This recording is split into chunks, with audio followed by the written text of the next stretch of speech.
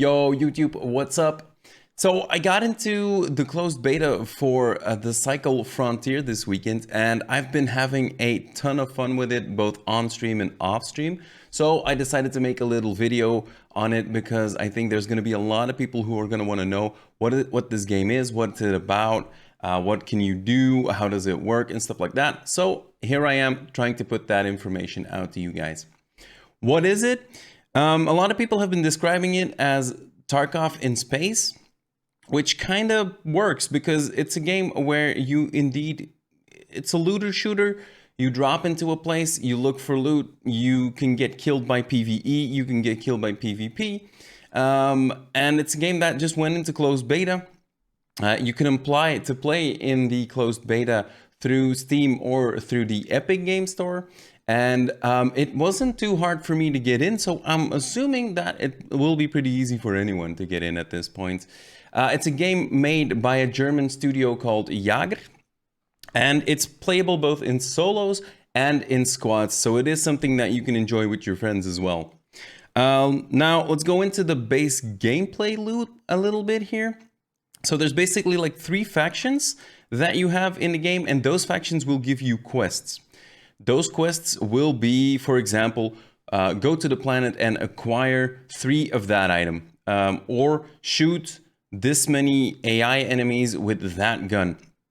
All sorts of different things. Now, I've only played like the lower level missions so far, so these are the missions I've been getting now. I can't say anything yet about the things later in the game or whether the quests become more complex and things like that, because I just haven't gotten there yet.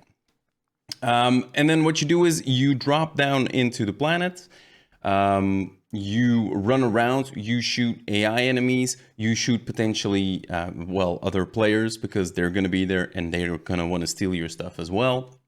And when you get everything that you need, you go to an evacuation place, you call down a dropship, you have to wait a little bit, and then you can evacuate.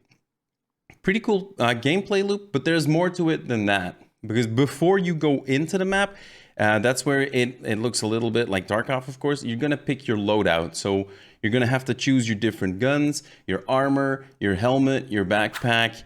Make sure that you grab a lot of ammo. Bring some healing items, stuff like that.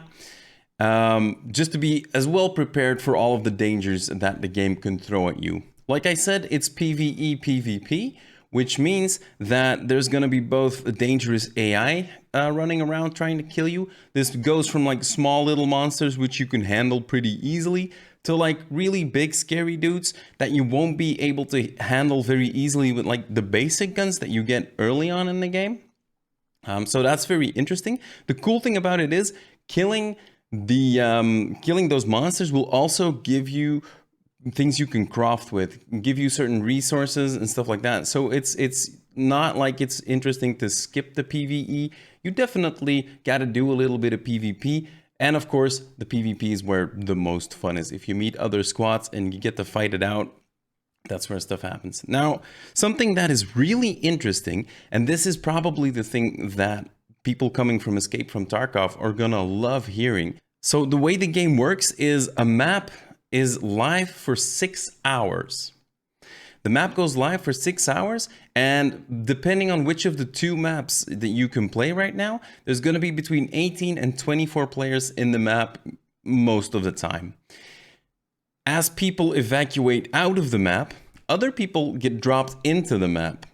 Because, like I said, the map's going to be live for 6 hours, so it's not like in Escape for Tarkov, you have a certain amount of time and then you need to evacuate out or the raid just shuts down.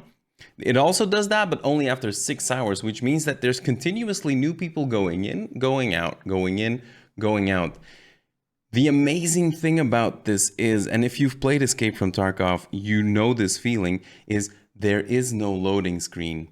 You deploy into a raid and immediately you're going into the animation in the drop pod. You're dropping down on the planet and your game begins immediately. There is no queue.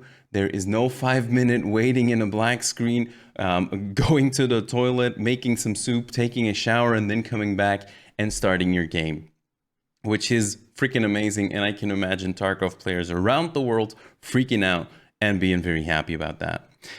Another cool thing that can happen is sometimes, and this is a little bit confusing when you're still a completely new player, sometimes there will all of a sudden be a storm going on, and during those storms you cannot evacuate from the map. The first time it happened to me, I was super confused. I didn't know what to do, and I thought, well, this is it. This is where I die. However, the cool thing is those storms, they pass, and after it you will be able to evacuate again.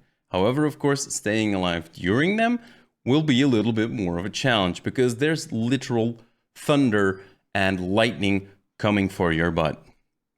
Okay, and so what happens once you evacuate safely off of the planet again? You've got your backpack full of loot. You can go back to your vendors. You can turn in your quests.